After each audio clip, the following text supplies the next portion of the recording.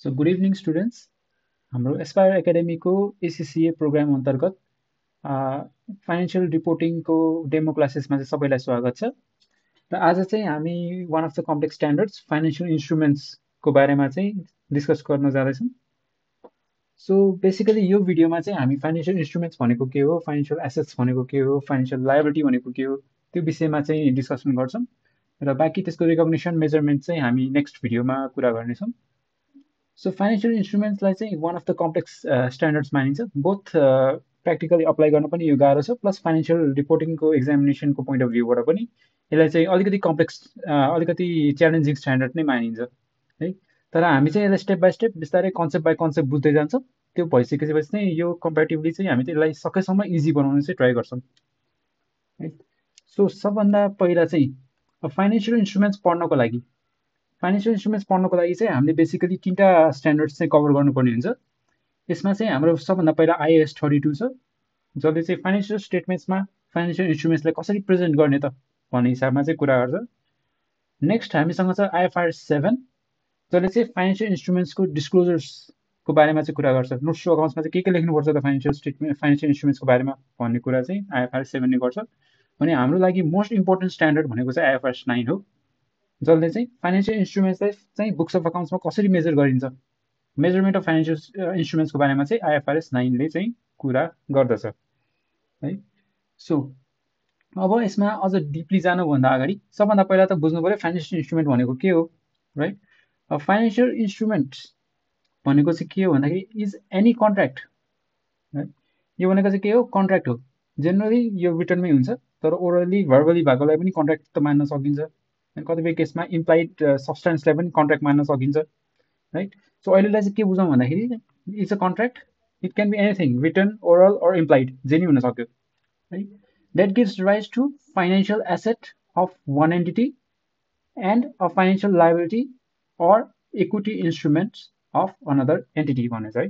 भन्नुको मतलब यो एउटा यस्तो कन्ट्र्याक्ट हो, जसले चाहिँ एउटा एन्टिटीको लागि चाहिँ फाइनेन्शियल एसेट क्रिएट गर्छ, अर्को एन्टिटीको लागि चाहिँ सिमिलर अमाउन्टको आइदर एउटा फाइनेन्शियल लायबिलिटी क्रिएट गर्छ अर इक्विटी क्रिएट गर्छ है। ठिक छ, अहिलेको लागि चाहिँ यति नै बुझौँ।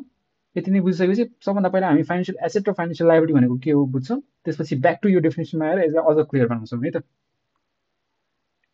सो अब फाइनेन्शियल एसेट भनेको चाहिँ के हो भन्दाखेरि चाहिँ अब स्टेप बाई स्टेप डेफिनेसन हेर्दैछौँ। Financial asset is any asset that is cash भनेको छ है। सबभन्दा पहिला के छ, any asset that is cash. अब क्यास भन्नाले हातमै नगद हुनुपर्छ भन्ने पनि छैन है। It can be cash in hand, it can be cash at bank, it can be cash in transit है। एनी टाइप अफ क्यास हो छ भने त्यो चाहिँ हाम्रो फाइनेन्शियल एसेट हुन्छ। नेक्स्ट के छ, a contractual right to receive cash or another financial asset from another entity भनेको छ है। भन्नुको मतलब हामीसँग चाहिँ एउटा यस्तो एसेट छ, एउटा यस्तो राइट छ जसले चाहिँ हामीलाई अर्को एन्टिटीबाट चाहिँ आइदर क्यास और अर्को फाइनेन्शियल एसेट पाउने अधिकार दिन्छ है। भन्नु मतलब यस्तो एसेट के हुनसक्छ भन्दाखेरि सबभन्दा पहिला हुनसक्छ रिसिभेबल, राइट। रिसिभेबल भनेको के हो, अर्को कम्पनीले हामीलाई क्यास दिनुपर्ने छ भन्ने बुझ्यो त। भन्नु मतलब रिसिभेबल भने के हो, हाम्रो फाइनेन्शियल एसेट भयो। त्यस्तै अर्को के हुनसक्छ, कुनै कम्पनीको मैले डेभेन्चरमा हालेँ, मैले डेभेन्चरमा इन्भेस्ट गरेँ भने अब त्यो कम्पनीले मलाई के दिनुपर्छ, एनुअल इन्ट्रेस्ट दिनुपर्छ, plus at the end of maturity period पछि उसले मलाई फेस भ्याल्यु फिर्ता दिनुपर्छ हो। भन्नु मतलब मैले उबाट क्यास लिनुपर्ने मसँग राइट आयो त्यो डिभेन्चरमा इन्भेस्ट गर्ने बित्तिकै। भन्नु मतलब त्यो डिभेन्चर पनि के भयो, फाइनेन्शियल एसेट भयो है। यसरी बुझौँ है। अब नेक्स्ट हामीसँग के छ, contractual right to exchange financial asset or financial liability with another entity under conditions that are potentially favourable. अब यो चाहिँ के भयो, एक्सचेन्जको के कुरा आयो। मसँग एउटा फाइनेन्शियल एसेट छ, अर्को एन्टिटीसँग अर्को फाइनेन्शियल एसेट छ, हामीले चाहिँ के गर्यौँ भन्दाखेरि त्यसलाई एक्सचेन्ज गऱ्यौँ। कन्डिसन्स के भयो, मेरो फेभरमा आयो है। कन्डिसन्स के भयो, मेरो फेभरमा आयो भने पनि त्यो पनि मेरो फाइनेन्शियल एसेट नै हुन्छ है। यसमा अलिकति डेप्थमा नजाउँ, यो एफआरको लागि चाहिँ अलिकति कम्प्लेक्स हुन जान्छ है। यसमा चाहिँ के बुझ्नु भन्दाखेरि एक्सचेन्जको केसमा यदि कन्डिसन्स चाहिँ मेरो फेभरमा आयो भने त्यो मेरो फाइनेन्शियल एसेट भयो है।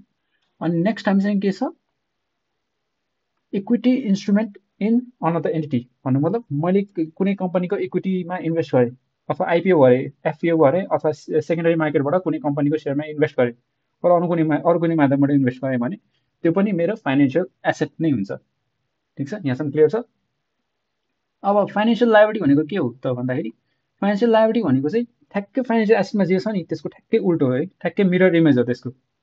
भन्नु मतलब अब हेर्नु है त, financial liability is any liability that is a contractual obligation. उता के थियो? राइट थियो, पाउने राइट थियो। भन्नु मतलब यहाँ के छ? के डेलिभर गर्ने अब्लिगेसन छ ममा है, to deliver cash or another financial asset to another entity भने चाहिँ अब फाइनेन्सियल एसेट भनेको के थियो? Contractual right to receive cash थियो, रिसिभेबल थियो भन्नु भने अब फाइनेन्सियल लायबिलिटी भनेको के भयो? Contractual obligation to deliver cash भयो। भन्नु मतलब यो हाम्रो पेबल्स भयो है, पेबल्स भयो। अरू के हुनसक्छ? जस्तै मैले अघिको केसमा के भएको थियो? मैले 10% डिभेन्चरमा इन्भेस्ट गरेको थिएँ। अब यदि मैले 10% डिभेन्चर इस्यु गरेँ भने के हुन्छ? अब मैले त अर्को जसले मेरो डिभेन्चरमा इस्यु गर्छ उसलाई एनुअल 10% इन्ट्रेस्ट पनि दिनु पऱ्यो, फेस भ्यालु पनि दिनु पऱ्यो। भन्नु मतलब त्यो मेरो फाइनेन्सियल लायबिलिटी भयो है। So liability to deliver cash another financial asset भयो है। अब नेक्स्ट एक्सचेन्जको केसमा अघि के थियो? मेरो फेभरेबल टर्म्समा थियो भने फाइनेन्सियल एसेट हुन्थ्यो। अब यो केसमा के भयो? अनफेभरेबल टर्म्स छ है, एक्सचेन्ज गरेँ तर टर्म्स एन्ड कन्डिसन्स चाहिँ मेरो फेभरमा छैन भने चाहिँ त्यो फाइनेन्सियल लायबिलिटी भयो फेरि है। अब नेक्स्ट के छ? That will or may be settled in entity's own equity instrument. भन्नु मतलब आइदर कि त क्यासमा सेटल हुनु पऱ्यो, कि त फाइनेन्सियल एसेट मैले डेलिभर गरेर सेटल गर्नु पऱ्यो, अथवा मैले आफ्नै इक्विटी इन्स्ट्रुमेन्ट्स चाहिँ इस्यु गरेर सेटल गर्नु पऱ्यो है। त्यो भन्न खोजेको यो लास्टको भनेको चाहिँ। अब यहाँसम्म ठिक छ? अब यसलाई अझ क्लियर गर्नुको लागि चाहिँ एउटा इक्जाम्पलबाटै जाउँ है। इक्जाम्पलबाट जाउँ, financial instrument, financial asset, financial liability तिनटै क्लियर हुन्छ यति भइसकेपछि है। यसलाई अलिकति जुम गरौँ।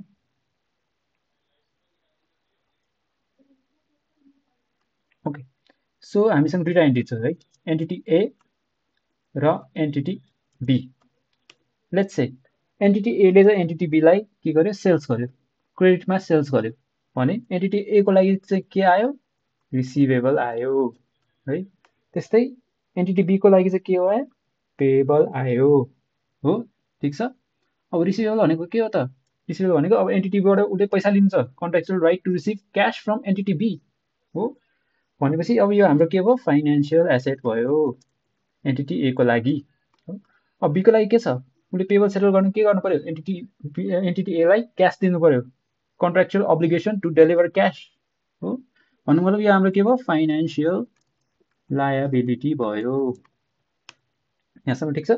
अब यो इन्टायर ट्रान्जेक्सन्स, इन्टायर रिसिभेबल पेबललाई चाहिँ केले जेनेरेट गर्यो भने हाम्रो सेल्स इन्भोइसले जेनेरेट गर्यो राइट। सेल्स इन्भोइस अथवा सेल्स ट्रान्जेक्सनले जेनेरेट गर्यो।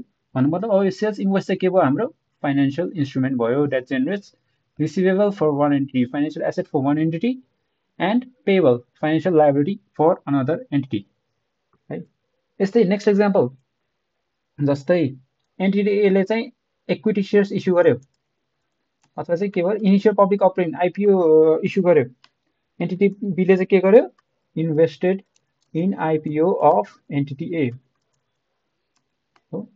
भन्नुको मतलब अब इक्विटी सेयर्स एन्टिटी ए को लागि चाहिँ के भयो? इक्विटी भयो हो, इक्विटी भयो।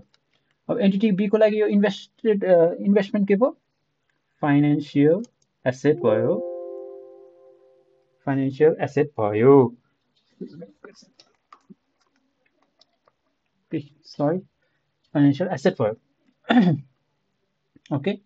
सो भन्नु मतलब अब यो इन्टायर ट्रान्जेक्सन कुनै एउटा कन्ट्र्याक्टको बेसिसमा भयो, त्यो कन्ट्र्याक्ट चाहिँ के भयो? फाइनेन्सियल इन्स्ट्रुमेन्ट भयो हो। ठिक छ? यहाँसम्म ठिक छ? So basically financial assets, financial इन्स्ट्रुमेन्ट्सको बेसिक डेफिनेसन चाहिँ यति नै हो। अब यसलाई हामी बुक्समा कसरी रेकगनाइज गर्छौँ, इनिसियल रेकग्नेसन कसरी हुन्छ, subsequently at the end of financial year कसरी रेकर्डिङ हुन्छ, यसको बारेमा चाहिँ हामी नेक्स्ट भिडियोमा कुरा गर्छौँ। आजको लागि चाहिँ यति नै। Thank you for watching.